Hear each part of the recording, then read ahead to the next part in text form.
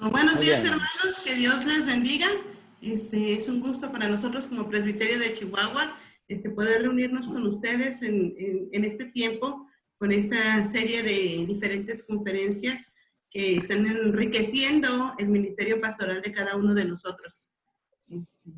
Y entendiendo también cómo el Señor nos está llevando y está siendo de bendición también para nuestras iglesias y el apoyo como líderes. Voy a dejar y voy a presentar al pastor Ramón Antonio García Sánchez, que está con nosotros y él va a estar viendo y dirigiendo lo de este tiempo de conferencia y nos va a presentar todo lo demás. Bienvenidos. Adelante, pastor Ramón. Muy bien, hermanos. Bendiciones para todos. Un saludo desde Agua Prieta, Sonora, aquí cerquita del muro de Trump. Y vamos a platicar un poquito sobre este tema de ética calvinista y posmodernidad. Es lo que queremos abordar. Tengo la oportunidad de compartir este espacio con un querido y apreciado amigo, nuestro querido pastor Leopoldo Cervantes, que está con nosotros. Y doy gracias a Dios por esta oportunidad. Va a ser algo muy sencillo a través de preguntas y respuestas. Vamos a poner algunas imágenes en la pantalla. Y quise invitar a nuestro querido pastor por dos razones. La primera, porque tuvimos la bendición y la fortuna de que fuera nuestro maestro de pensamiento calvinista también en el seminario en nuestras épocas. Y me parece a mí que es también uno de los calvinólogos reconocidos, entre varios seguramente, mexicano, que puede compartir con nosotros también sus conocimientos y su experiencia. Así que gracias, estimado Polo, por compartir y gracias por estar con nosotros y acompañarnos en esta charla fraternal, esta charla amigable, con el único propósito de compartir y de aprender juntos. Muy bien, hermano. Muy bien, hermanos. Tengo por aquí algunas cositas que voy a ir compartiendo y obviamente la idea es que surjan preguntas a partir de algunas líneas que están escritas. Debo de decir que nuestro pastor Leopoldo es también médico por el Instituto Politécnico Nacional. También estudió la licenciatura en Teología en el Seminario de México, la maestría en la Universidad Bíblica Latinoamericana de San José, Costa Rica, y también tiene una maestría en letras hispánicas, si no me equivoco, literatura hispanoamericana. Y a más de eso, ha escrito alrededor de 28 libros de diversos temas, de literatura, de teología, y uno de los énfasis que ustedes pueden googlearlo sobre calvinismo, precisamente. El último libro que les compartí sobre el aniversario de Calvino por sus 500 años, el editor de este libro, y que también participó por medio de un artículo, es nuestro hermano Leopoldo. Entonces, realmente estamos complacidos, estoy motivados porque nos acompaña alguien como un referente del estudio sobre la vida de Calvino. Pero sin más preámbulos, vamos a entrar en materia, hermanos, y obviamente vamos a compartir con nuestro hermano algunas cuestiones de ética calvinista y posmodernidad. Bueno, quiero también mencionar que estos temas también han sido sugeridos por el pastor Leopoldo. Ya tuvimos la charla con Luis Vázquez Coenfil en su momento, con el libro que nos presentó sobre la traducción más bien, ¿verdad?, de Calvino en la era industrial. Y hablábamos un poquito tomamos un buen tiempo para hablar de cómo los calvinismos influenciaron en las sociedades modernas, no solamente en la vida de la iglesia, sino también en la conformación de sociedades completas. Y hicimos hincapié en el tema de del trabajo, en el tema de la prosperidad, en el tema de una especie de protocapitalismo, es decir, capitalismo primigenio. Esa fue la idea en líneas muy generales. Entonces hoy quiero abordar con ustedes esta charla y platicar juntos acerca de lo que significa esta ética en medio de un tiempo que obviamente nos está pidiendo respuestas, nos está exigiendo alternativas como iglesia ante las diferentes preguntas y problemas, situaciones que nos están presentando. Muy bien, entremos en materia, hermanos. Ética calvinista, y lo definimos desde la parte individual y colectiva. Voy a leer un poquito lo que tenemos aquí y voy a dar también y voy a compartir el micrófono con nuestro hermano especialista para hablar de ello también. Una de las cosas que platicábamos la vez pasada es acerca de la importancia de hacer una relectura de la teología del trabajo, diríamos, y cómo esto involucraba cuestiones de ahorro, de inversiones, y también cómo es que esta propuesta que hoy nos es tan familiar surge también como uno de los elementos propuestos dentro de la Reforma Protestante del siglo XVI. Obviamente en su momento, si me equivoco me pueden corregir, surge como algo novedoso. Hoy lo que es para nosotros normal, accesible, en su momento viene como parte de esta premodernidad que ya se vislumbra. Pues recordemos modernidad, posmodernidad. Entonces los énfasis van a ser a partir de la relectura del texto bíblico y obviamente a partir de la aportación de este hombre llamado Calvino, una nueva manera de entender el concepto del trabajo, el concepto del ahorro y el concepto de las inversiones, que hoy para nosotros nos es muy, muy familiar, ¿verdad? Incluso platicando en la sesión pasada con el doctor Luis, él nos hablaba de este texto que tenemos aquí, la señal inequívoca de salvación se vislumbra en el éxito económico.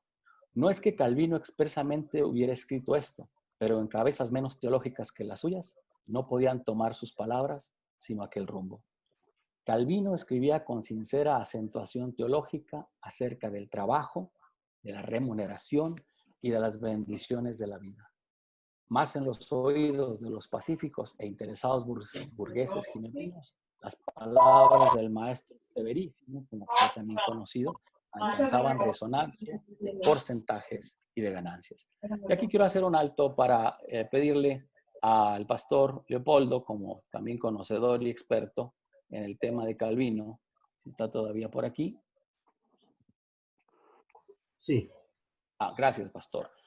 ¿Pudiera usted apoyarnos, pastor, abundando sobre el tema y cómo es que existe una línea muy delgada hoy en nuestro día acerca de esta, no teología, pero sí ideología de la prosperidad por un lado, y por otro lado el concepto, diríamos, de la virtud de la pobreza que de alguna manera contemplamos en algunas líneas en las escrituras como un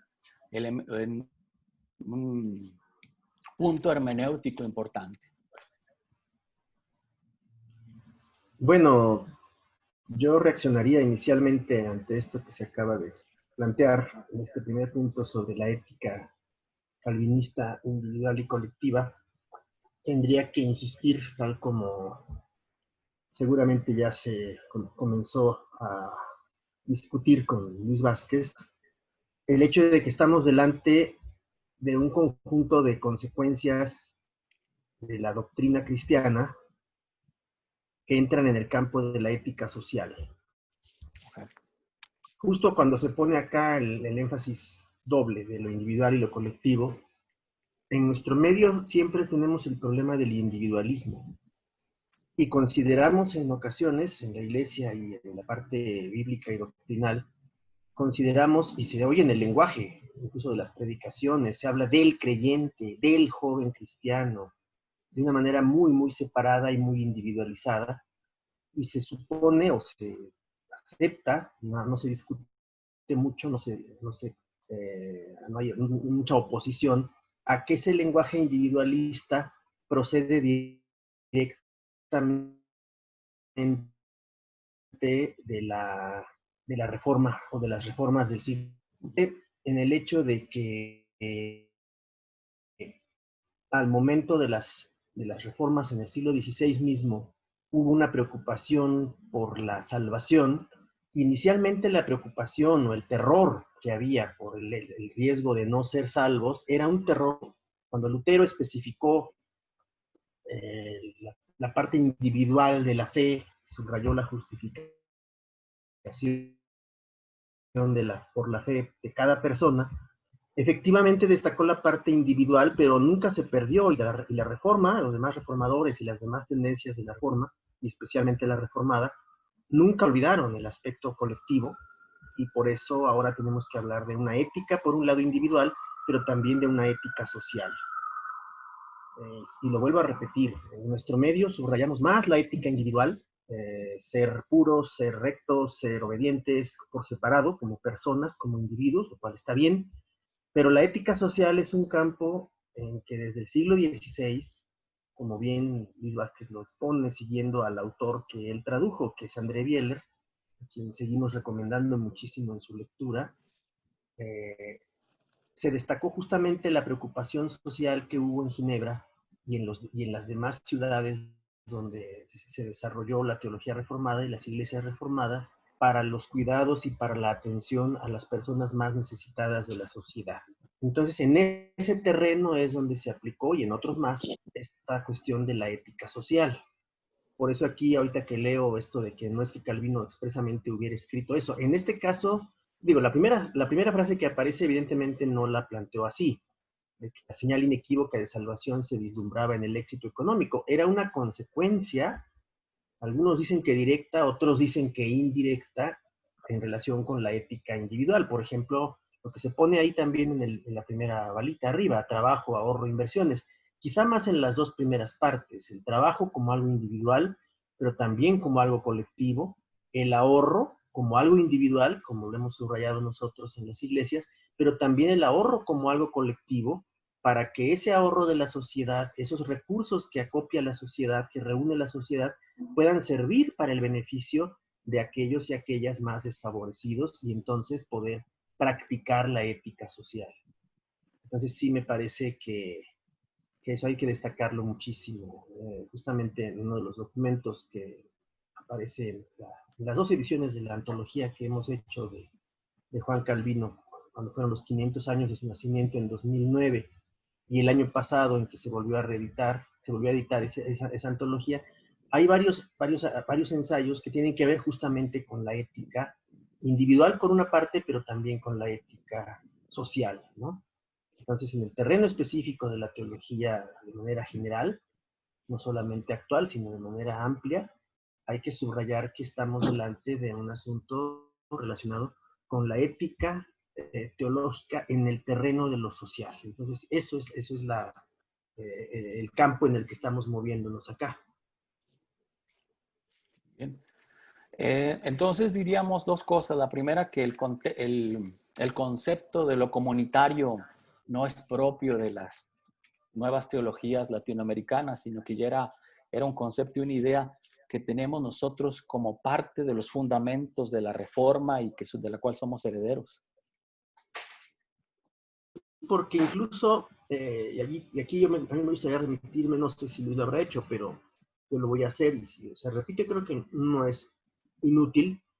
En el caso de la obra de André Bieler, tendríamos que hablar de una especie de trilogía, porque la gran obra de André Bieler, su tesis doctoral que hizo en la Universidad de Ginebra a fines de los años 50, que lamentablemente no está en español, el pensamiento social y económico de Calvino, tardó mucho en estar en inglés. Ese es el primer paso, la primera parte de esta trilogía. La segunda es justamente ese librito del año 64 al que se refirió Luis y que tradujo directamente Luis Vázquez, que es el de Calvino como profeta de la era industrial, que como bien dice aquí la diapositiva, Calvino mismo no se refirió directamente a eso que se menciona ahí, pero las consecuencias en términos del trabajo, por ejemplo, en relación con el concepto del dinero. ¿El dinero qué es teológicamente hablando en la tradición reformada? El dinero es la persona misma transfigurada que se entrega en ofrenda a Dios. Eso lo sabemos muy bien y litúrgicamente así lo manejamos, pero en términos de los bienes socioeconómicos, el trabajo también fue redefinido, así como se plantea aquí el ahorro y demás. La tercera parte de la trilogía es un resumen que se hizo de la obra magna de André Bieler, que es el Humanismo Social de Calvino. Ese librito sí está en castellano, se consigue sin ningún problema en la versión digital.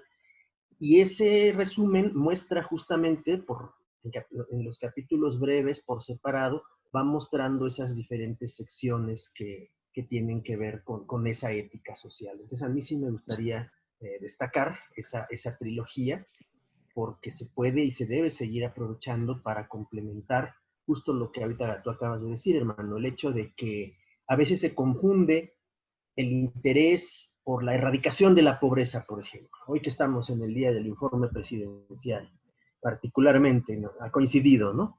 Y tenemos que hay sí, esa fórmula, por el bien de todos, primero los pobres. Aquí yo no voy a hacer ni propaganda política, ni mucho menos, no, en absoluto. Yo simplemente saco a colación la fórmula como está, y esa fórmula, con todo y que sí tenemos problemas con que el actual titular del Ejecutivo pues introduzca mucha terminología religiosa y demás, eso es un problema que se puede tratar aparte y se debe tratar aparte, pero más allá de eso, y regresando a nuestro tema, justamente esa formulita se puede decir que se llevó a cabo en Ginebra en el siglo XVI y en Estrasburgo también de una manera consecuente, ¿sí?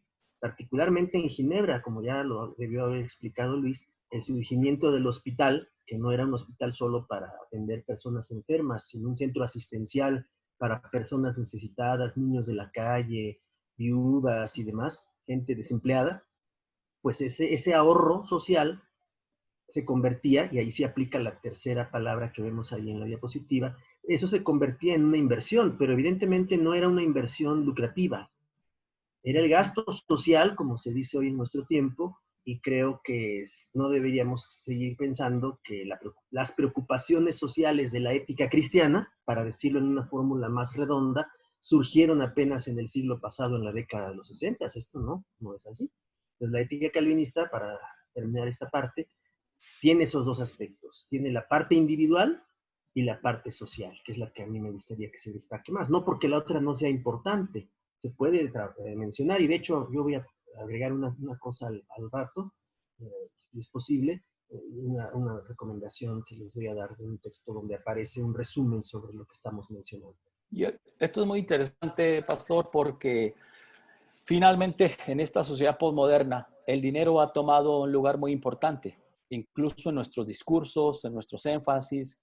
Incluso algunos lo usan como criterio hermenéutico para poder interpretar el texto bíblico.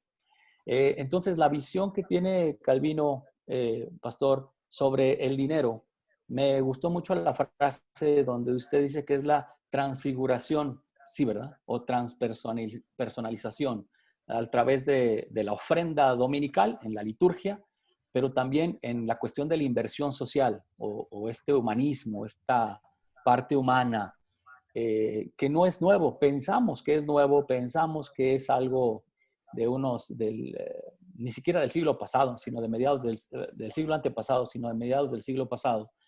Sin embargo, es parte de nuestra herencia reformada. Así es, y justamente ya para entrar otra vez, y ahorita les puedo poner ahí en el chat la referencia exacta, el nombre del autor, que aparece justamente en esa antología que hicimos desde 2009 y que se reeditó. Es un pastor presbiteriano canadiense ya fallecido que se llamó Alan Farris. Alan Farris escribió un texto publicado por la revista de la entonces Alianza Reformada Mundial, que es, estoy poniendo ahí el título para que ustedes lo vean, Antecedentes de la Teología en la Tradición Reformada. Muy bien. ¿Sí? Ese es un texto que recogimos ahí. Y justamente en los años en que se publicó, porque eran los años 70, eran años difíciles por crítica por el señalamiento que se hacía del marxismo, de la revolución, la violencia, la guerrilla, en fin, todo eso que se decía en esa época. Este hermano, este pastor canadiense, Alan Faris, escribió eso pensando justamente en que había una superposición ideológica que impedía ver cómo desde la tradición reformada un concepto, por ejemplo, que es el que él maneja, entre varios, un concepto que viene desde el tema de la creación en la escritura, la imagen de Dios en los seres humanos, ¿sí? La imagen de Dios en hombre y mujer desde el Génesis en la creación, ese ya es un criterio hermenéutico, social, útil para partir hacia la idea del servicio y del apoyo a la gente que más lo requiere, ¿no? Entonces, y se sigue por otros puntos. No es tan extenso el texto, es reducido, pero a mí me pareció que era muy necesario traducirlo e incorporarlo a esa antología justamente para darnos cuenta de que esa preocupación pues no es ni mucho menos nueva. Digo, si nos vamos a los profetas del Antiguo Testamento, pues la cosa se complica aún más porque hay muchísimo material al respecto, ¿no? Entonces sí es importante, ¿no? Pastor, sabemos que estos temas pues son abundantes. Vamos a pasar a la siguiente lámina para poder platicar de lo que estamos compartiendo, en virtud de que el tiempo pues es relativamente corto, ¿verdad? Permítame un segundo.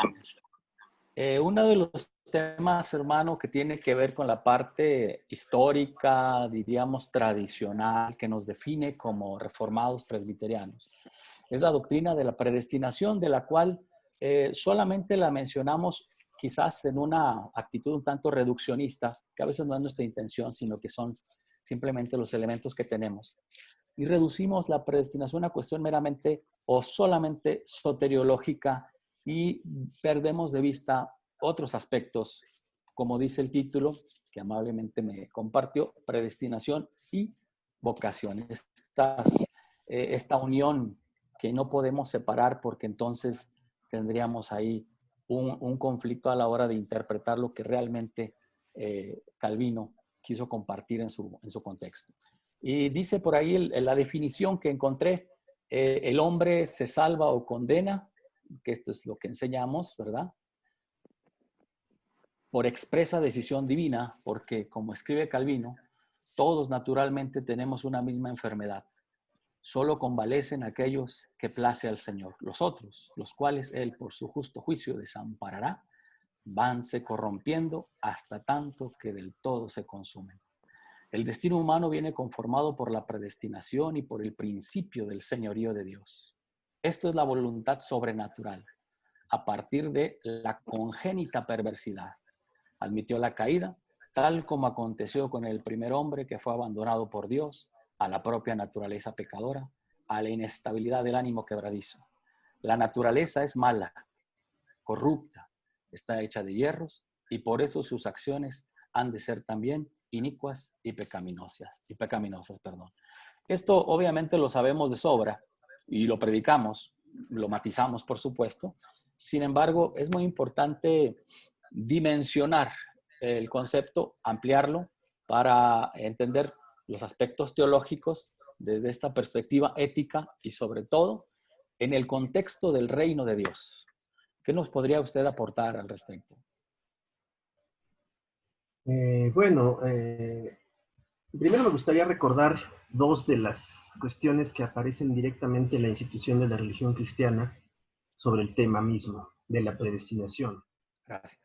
En primer lugar, Calvino califica él mismo, en el latín en que escribió originalmente esa obra, y después en las traducciones que él mismo hizo primero al francés y demás, él mismo califica a la predestinación como decretum horribile, decreto horrible.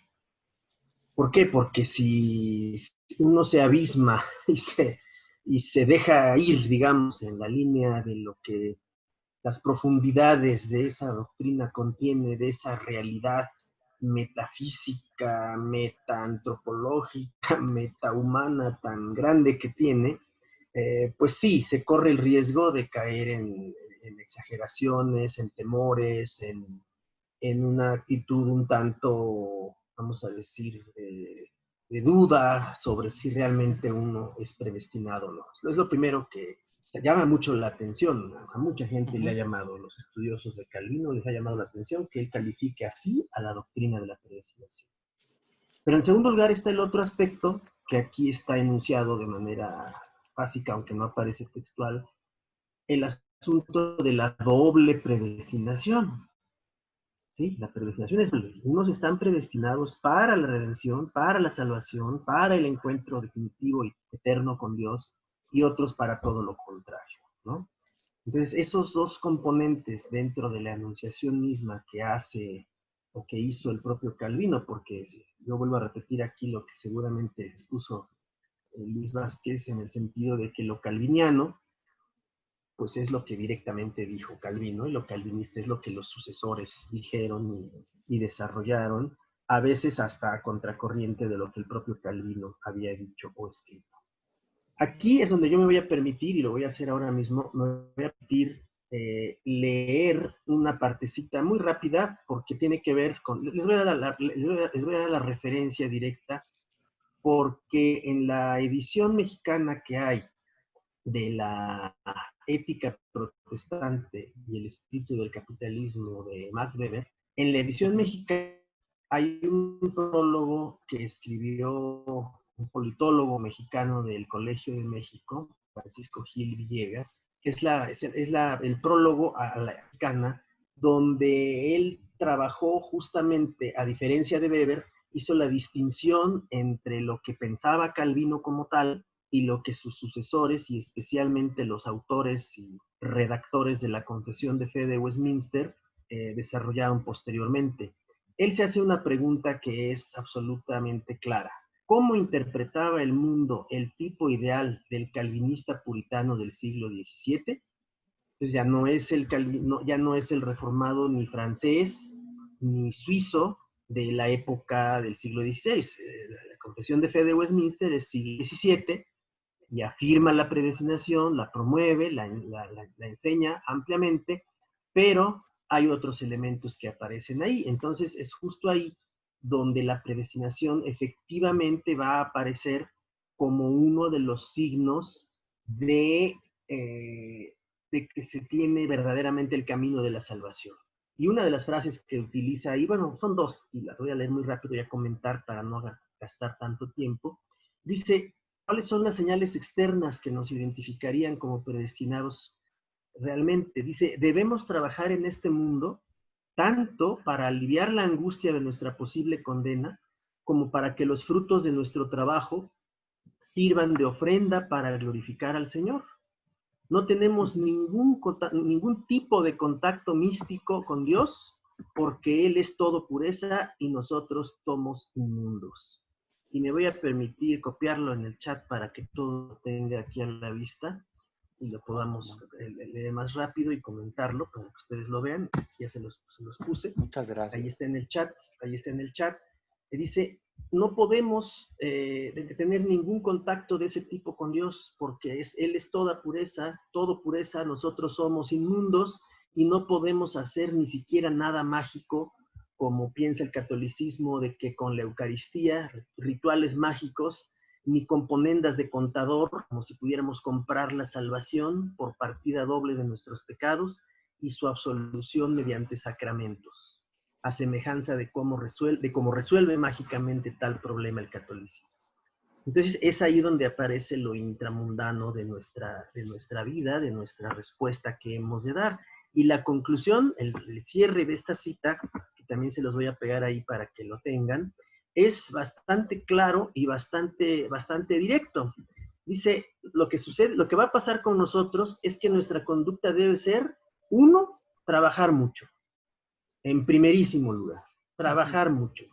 Segundo, ahorrar nuestras ganancias. Tercero, no gastarlas en bienes suntuarios o en lujos. Tercero. Y cuarto, porque eso podría ser el hecho mismo de gastar de esa manera, eso sería una señal inequívoca de estar predestinados a la perdición. Y hay que ver cómo este politólogo captó muy bien el tema de la doble predestinación en el propio Calvino, ¿sí? En todo caso, termina la cita, nuestros ahorros, ¿qué deben de hacer? Deben invertirse en obras que sirvan para honrar y enaltecer la gloria del Señor. ¿Sí? O sea, el creyente, el reformado, el creyente calvinista, no puede hacerse a un lado de la necesidad que hay a su alrededor, de su propia necesidad, de su propia familia, y ese trabajar intensamente y ese ahorrar para que esos recursos sirvan para el beneficio primero de los suyos y también de la comunidad, esa es una de las bases de la ética social. Entonces, el librito de Max Weber sigue siendo un gran desafío para nosotros para ver de qué manera, y tú ya lo mencionaste hace un momento, hermano Ramón, de qué manera tenemos que deslindar las teologías de la prosperidad de hoy, las llamadas teologías de la prosperidad de hoy, de una auténtica y sana de lo que algunos han considerado como la alternativa, incluso de manera de hablar de teología de la prosperidad, tendríamos que hablar de teología del bienestar humano. Eso se ha planteado desde América Latina. De hecho, un librito completo del CLAI, el Consejo Latinoamericano de Iglesias, sobre, para que no se hable de teología de la prosperidad y con todo lo que esto implica, que se hable más bien de una teología del bienestar humano. Y ahí la vocación es muy importante. Todos los seres humanos redimidos, dice Lutero mismo ya lo decía, y en la tradición reformada esto se desarrolló más ampliamente, todos tenemos una vocación que desarrollar delante de Dios. La vocación por el trabajo es inexcusable para todos. Muy bien, muchas gracias, pastor. Quisiera pedirles a nuestros hermanos que nos están acompañando, si alguien tiene alguna pregunta, podemos dejar las preguntas hasta el final.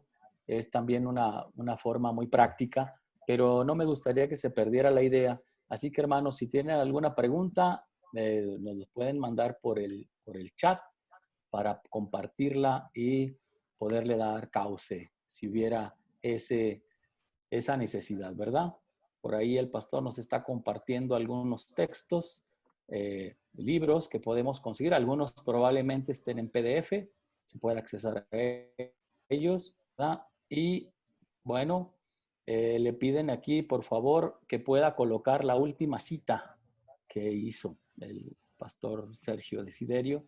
Ahí está. Por favor, en el chat para todos. Muchas gracias. Muchas gracias. Y les voy a poner Muy bien, también vamos el nombre del autor para que no se pierda y les haremos bien la referencia completa. Bien, voy a plantear esta situación, pastor, que tengo aquí sobre la vocación y esta íntima relación que tiene con la doctrina de la predestinación y que tiene también con esta ética social, ética comunitaria. Dice, el ascetismo calvinista actúa sobre la sociedad a la mayor gloria de Dios y exige del hombre el máximo de su capacidad y actividad en la consecución del progreso y felicidad terrenales. La actitud original consistía, pues, en enfrentarse al mundo con una resolución creadora muy diferente al negativo escape ascético del católico. El Dios calvinista impone una vida de entusiasmos, trabajos dentro de un plan unificador en el que las buenas obras pueden tener también lugar. Y aunque éstas no posean elementos mágicos de salvación, sirven al menos para encuadrar al individuo en el grupo privilegiado de los escogidos, lo que no constituye un invento nuestro, sino algo que forzosamente tenemos que deducir a costa de los tres rasgos distintivos que, según Weber, caracterizan al ascetismo intramundano. Este ascetismo intramundano es también un recordatorio en el tema de lo que tenemos en nuestras iglesias como la perseverancia de los santos. ¿Es una pregunta eso? Sí, señor. No exactamente. Digamos que el ascetismo intramundano vino a romper el esquema medieval de la dedicación a Dios a través de una vida monacal. Una de las creencias que hubo en la Edad Media fue que solo se podía ser cristiano adentro de un convento porque las tentaciones del mundo son tantas que es imposible ser cristiano fuera de un convento. O sea, eso se se sentía y se pensaba en el siglo XVI y se practicó muchísimo. Entonces, por eso Max Weber recurre a la idea de ascetismo, no renuncia a ella, observa que el reformado, el calvinista, el puritano, especialmente el inglés del siglo XVII, no renuncia a una actitud ascética, de aislamiento, de separación, de dedicación a Dios, pero al mismo tiempo ese ascetismo lo va a vivir adentro del mundo, ¿sí? Entonces a mí me parece que ahorita vamos a matar prácticamente dos pájaros de un mismo golpe, porque justo el hecho de hablar del ascetismo intramundano como una una nueva forma de situarse en el mundo, de ubicarse en la realidad, de servir a Dios, de ser cristianos en el mundo, de manera individual pero también colectiva, ese ascetismo va a permitir que surja una fuerza, y hay que usar la palabra sin ningún temor, es una fuerza revolucionaria y transformadora en el mundo. Por eso en el concepto de la historia económica, cuando se habla de la burguesía trató de hacer a un lado la ética cristiana para poseer el mundo de manera material y sacarle todo el provecho posible de manera lucrativa, y lo vemos hoy en el capitalismo salvaje, en el neoliberalismo, en fin, en todo eso que se critica, ahí se percibe esto. Entonces, esto por un lado. Y lo otro, que también ya aparece aquí en la referencia que se está poniendo en esta lámina, tiene que ver justamente con la relación que ahora nosotros como reformados vamos a tener con las obras, ¿sí? Nosotros como reformados no podemos, siguiendo el texto bíblico, cuando se habla de que hay que hacer obras, ¿no? Que la fe sin obras es muerta, dice Santiago. Nosotros como reformados que creemos eso firmemente, y que ya no creemos, por supuesto, en que las obras son las que pueden ayudarnos para la salvación, entonces esto introduce un elemento muy interesante en relación con la relación que se tiene con las obras. Se espera que el creyente reformado lleve a cabo todas las obras que Dios quiere, tal como dice Pablo en Efesios, que dice que las obras que Dios quiere que hagamos nos están esperando para hacerlas.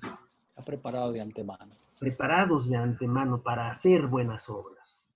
Entonces, allí está el punto crítico en la nueva relación que nosotros debemos tener con las obras. Como las obras ya no sirven para salvación, el creyente reformado ya no está esclavizado y obsesionado por hacer buenas obras para que se salve, sino que las buenas obras son la consecuencia de su salvación y por lo tanto su relación con ellas es distinta.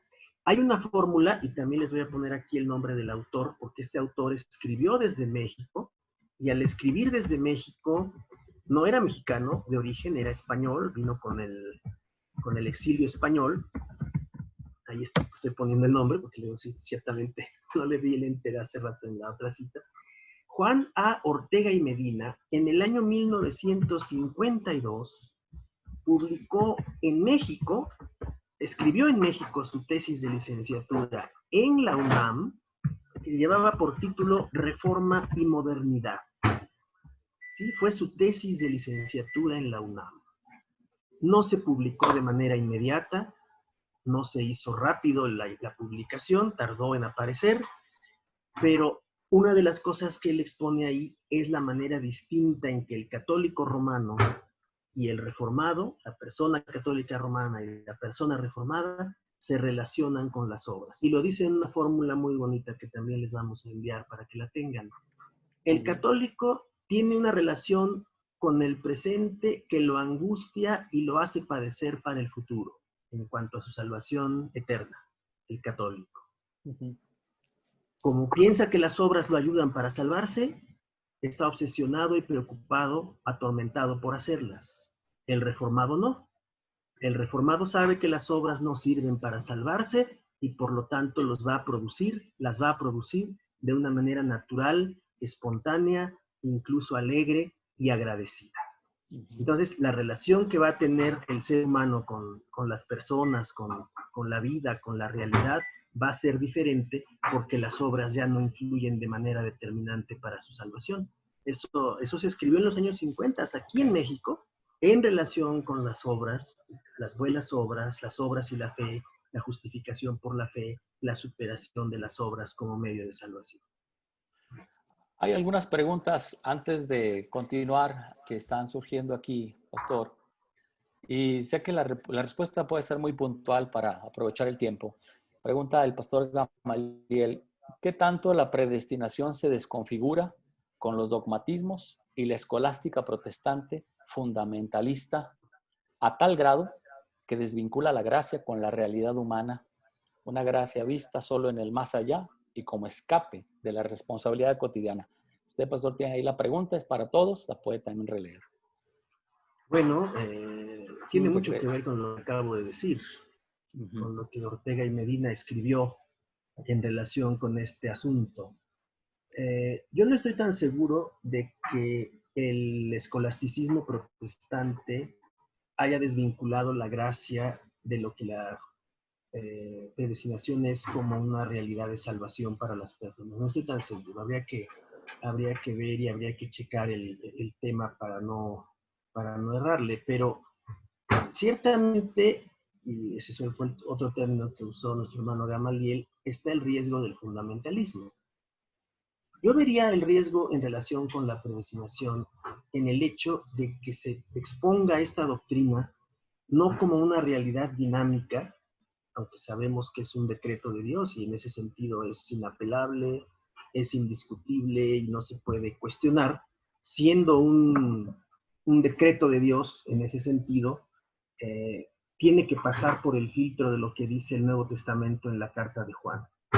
Nosotros amamos a Dios porque Él nos amó primero. Entonces, esa fórmula juanina ayuda muchísimo a superar la visión fundamentalista o escolástica, como se le quiera ver, a la doctrina de la predestinación, y se le puede colocar de una manera más dinámica, se le puede comprender incluso de una manera más dinámica.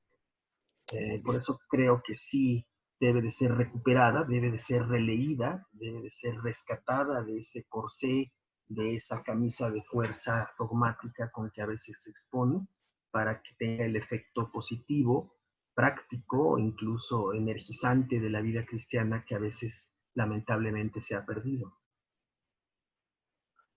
Muy bien, pastor, muchas gracias. Vamos a otra lámina que tenemos por aquí, solamente para reafirmar lo que ya se ha dicho, que la predestinación tiene que ver con la vocación, es decir, con la vida cotidiana, con los oficios también. No solamente es una cuestión del orden doctrinal, teológica, sino es algo mucho más amplio, ¿verdad? Dice esta cita, el ascetismo intramundano se constituía así en la certidumbre salutis.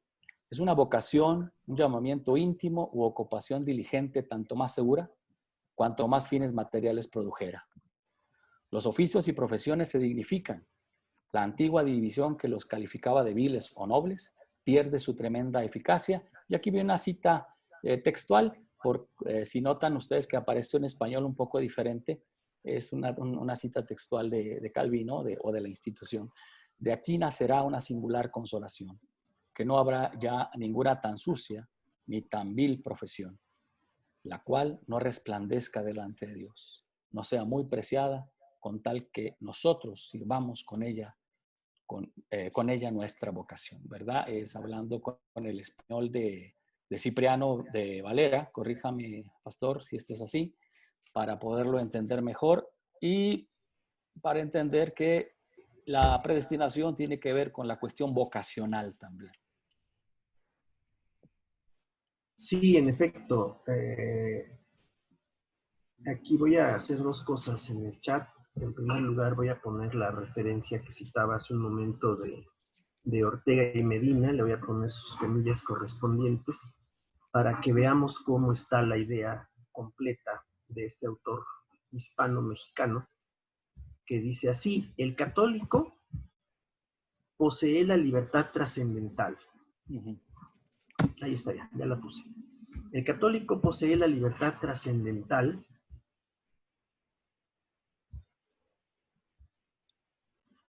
pero es esclavo del mundo. Hay pues un desequilibrio entre el ideal al que se aspira y las exigencias que la realidad impone. ¿Sí?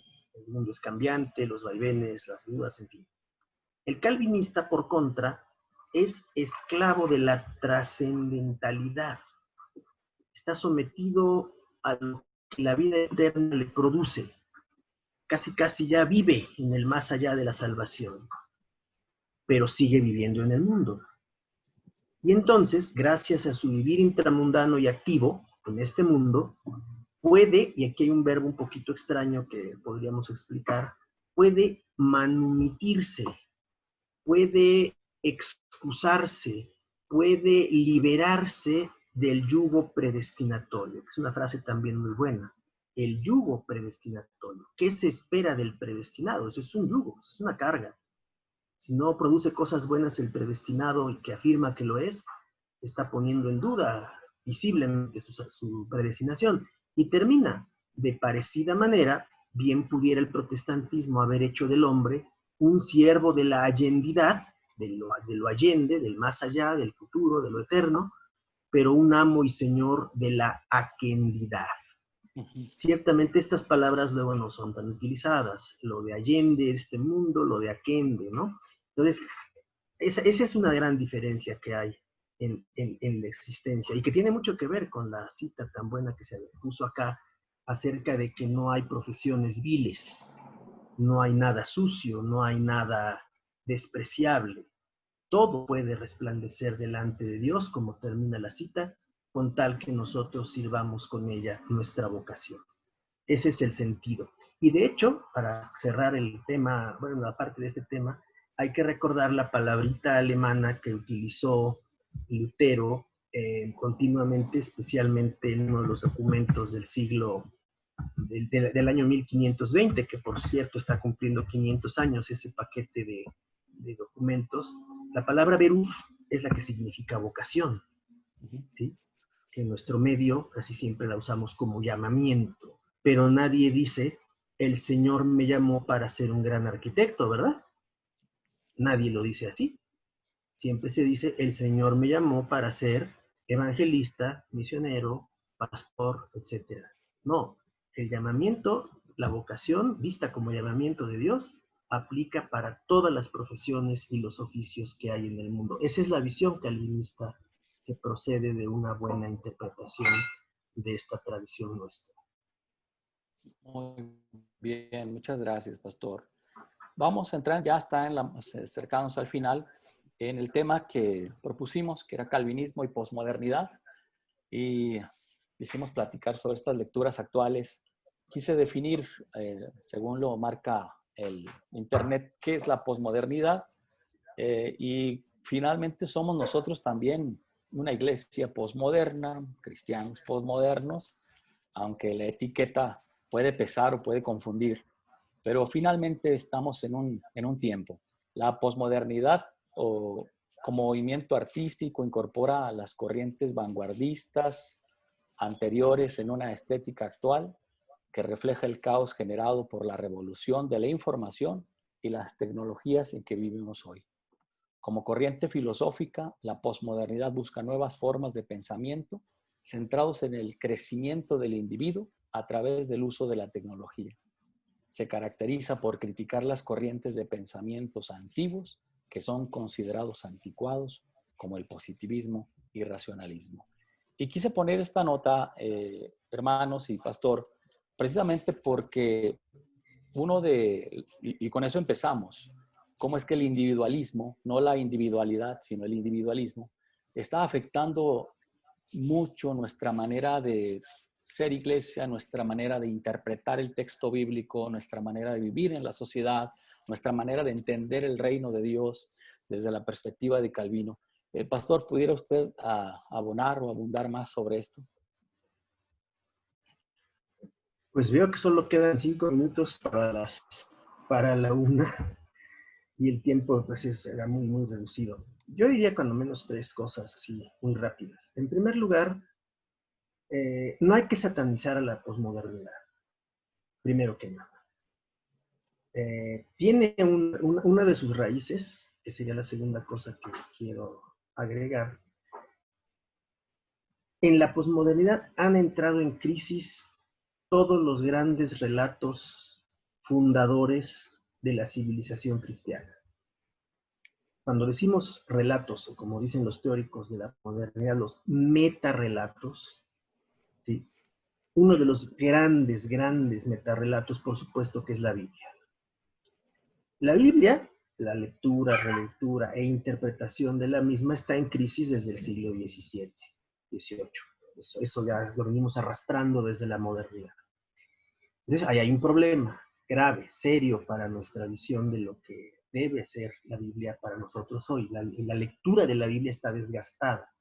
Las interpretaciones múltiples, variadas, complican muchísimo hoy su comprensión.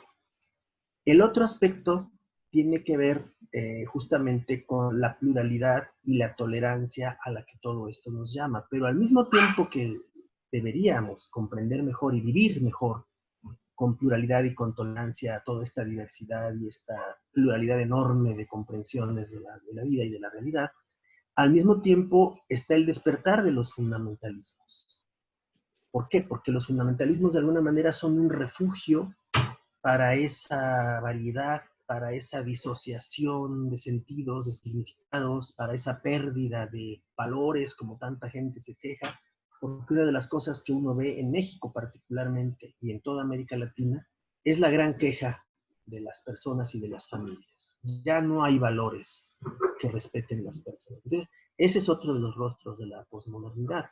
Y por cierto, y la última cosa, antes de que pueda haber otra interacción más, es que en nuestra cultura latinoamericana conviven elementos premodernos, modernos, que no se acaban de ir, ni los unos ni los otros, y los posmodernos.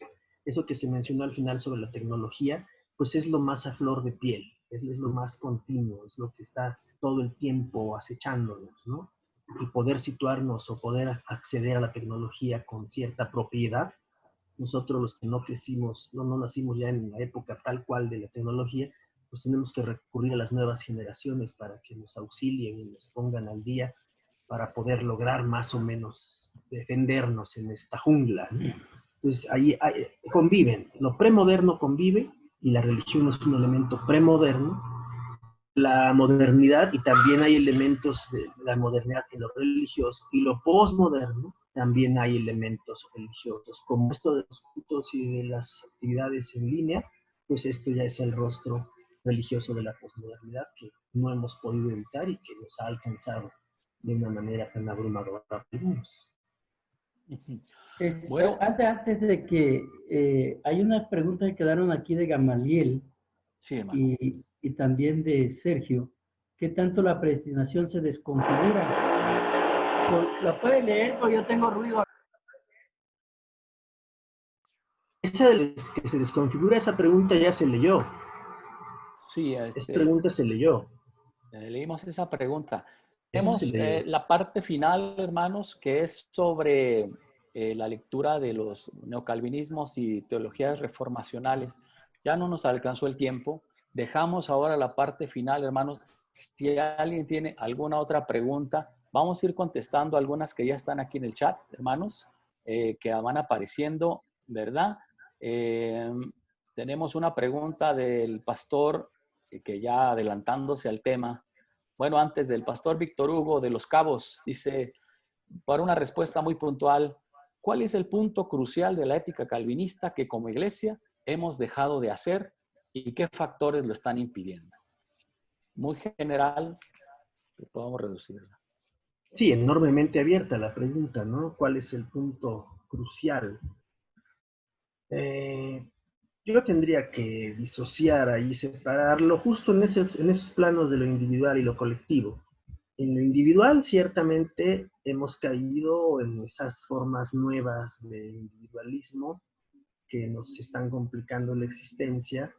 Y en lo colectivo, yo vería que a pesar de nuestros esfuerzos porque el tipo de iglesia que somos, iglesias históricas, iglesias más o menos tradicionales, se puede decir así, pues la civilización se nos ha venido encima y de alguna manera no hemos tenido la capacidad de responder con los propios instrumentos de nuestra tradición a eso que nos está exigiendo tanto, ¿no?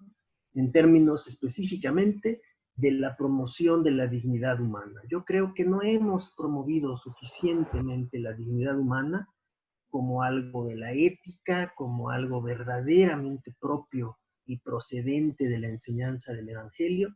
Creo que no hemos alcanzado a respetar, a promover, a incentivar y a que en todos los espacios la dignidad humana sea más visible, más respetada, más reconocida. Creo que ese es uno de nuestros grandes déficits en términos de lo que se está planteando. Pregunta, pastor, del pastor Sergio Desiderio de Guerrero.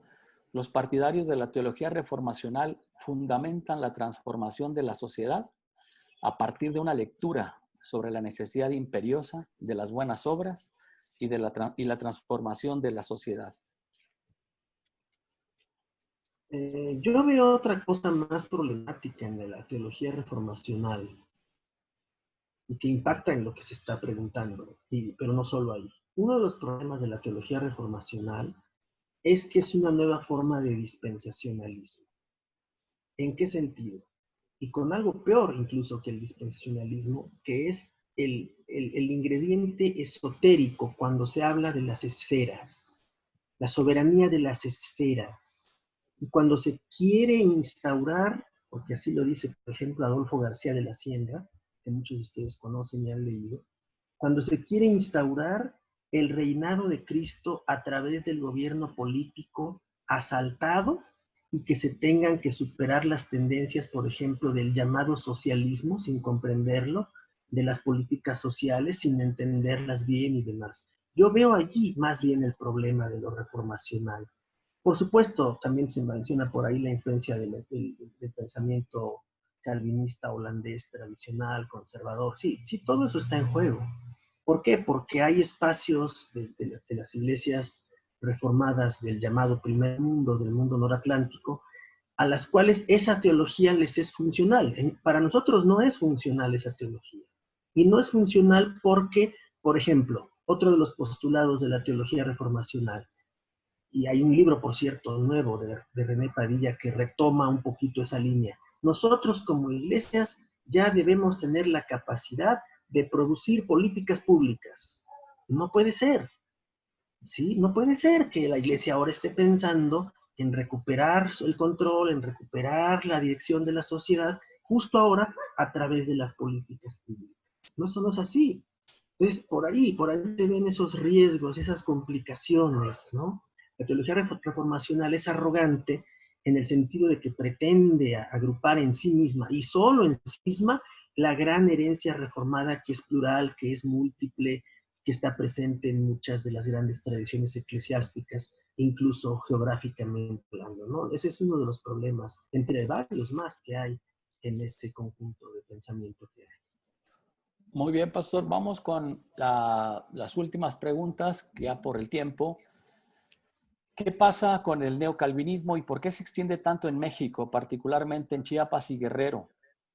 Pregunta el pastor Gamaliel. ¿Y cómo llegar a confundir la metafísica del neocalvinismo holandés y la exégesis reformada propia de la tradición calviniana? Bueno, yo veo que hay que distinguir entre esa nueva terminología que se está usando. Yo creo que no es lo mismo neocalvinismo que teología reformacional. Por ejemplo, neocalvinismo son John Piper, ¿sí?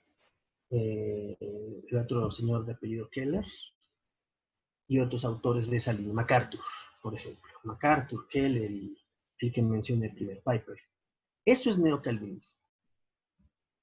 En Estados Unidos, en las iglesias estadounidenses de la actualidad, y ahí sí veo la influencia también mucho por este lado, y sobre todo por las traducciones que incluso CLIE hizo, en otros ha hecho recientemente. De hecho, se vende la caja de MacArthur, por ejemplo, está muy bonita, y la completas, muchas obras de MacArthur. Eso es el neocalvinismo. Yo lo que veo es un cierto vacío que ha propiciado esa tendencia en Estados Unidos, no porque no haya pensadores reformados o calvinistas sólidos en ese país. Y voy a mencionar uno que muchos de ustedes conocen, que es Walter Brueggemann. Walter Brueggemann es quizá hoy en Estados Unidos el mayor profeta, diría yo, que a partir de una lectura crítica, sólidamente crítica de las escrituras, de la teología bíblica y de la cultura estadounidense como tal, ha estado anunciándole y criticando y señalando los defectos y los errores de la teología estadounidense actual. Si uno pone en la balanza por un lado a Brueggemann y por el otro a estos tres y más autores que hay, a eso me refería yo como el vacío. Las iglesias estadounidenses en ese sentido, fieles a su tendencia, me refiero a la parte comunitaria, no a la de los seminarios ni de las universidades donde se estudia con mucha seriedad la religión. Allí es muy clara la influencia de estos otros autores. No, en términos eclesiales, esa influencia se ve incluso en iglesias bautistas que en otras épocas se resistían mucho a aceptarse como calvinistas, ahí es donde se ve el neocalvinismo. Lo reformacional, efectivamente, volviendo a lo mismo, viene de la influencia conservadora del ámbito holandés. Ahora, que han llegado a México esas tendencias es un hecho, ¿sí? Pero es parte también de algo que pues me va a doler mucho decirlo, pero lo tengo que decir. Lastimosamente, en los seminarios nuestros, para empezar, las bibliotecas no se actualizan lo suficiente y falta criterio, faltan suficientes criterios para distinguir, para discriminar en el uso de la selección de materiales y demás, qué autores son los que pueden y deben trabajarse. Una de las dificultades con Brueggemann es que no toda su obra está en castellano, a cambio de que Piper y sus colegas son traducidos de manera muy rápida a nuestro idioma, ¿no? Entonces, eso pega y eso impacta muchísimo. Entonces, sí tenemos ahí una dificultad hoy de cómo contrarrestar esa presencia, esa influencia que está ocasionando que ahora lo reformacional se vea como lo único y auténticamente reformado. Ya no me está gustando también lo particular usar la palabra secuestro, pero a mí sí me parece que lo reformacional está practicando una suerte de secuestro de lo reformado para que en la conciencia de muchos pastores, estudiantes e iglesia en general se piensa o se sienta que eso es lo estrictamente reformado y que todo lo demás ya no sirve, ya no funciona y ya no hay que recuperarlo.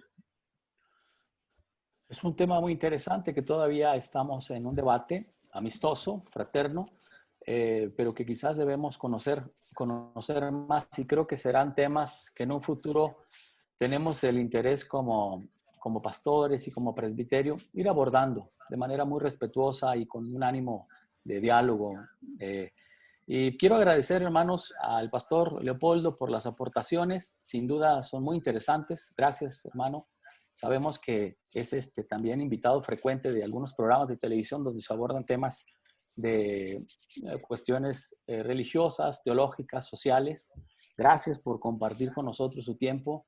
Gracias a los hermanos que dieron su tiempo para interactuar con nosotros. Dios les bendiga.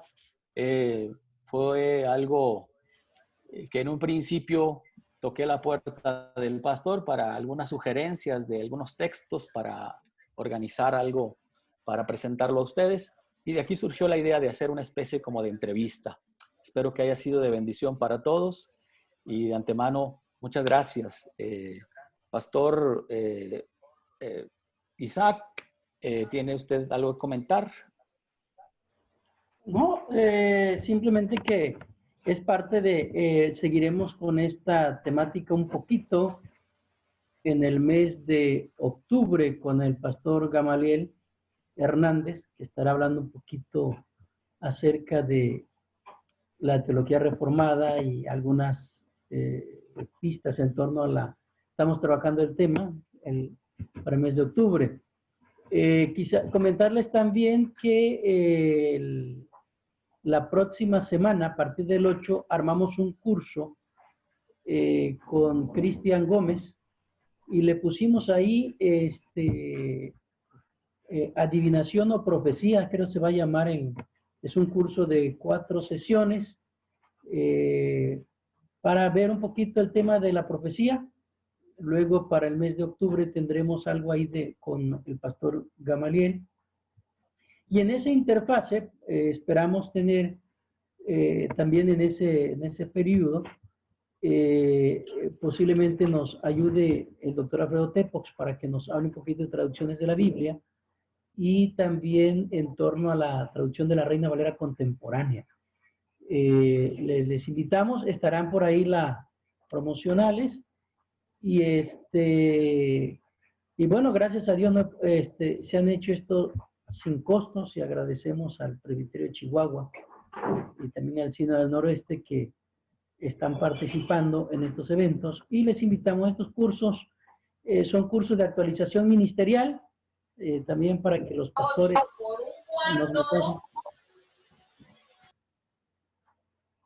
y esperamos también la participación de ustedes y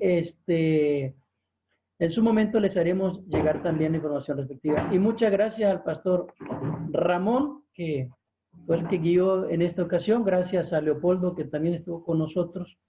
Agradecemos sus aportaciones. Y no sé si tienen alguna otra pregunta o comentario los que están aquí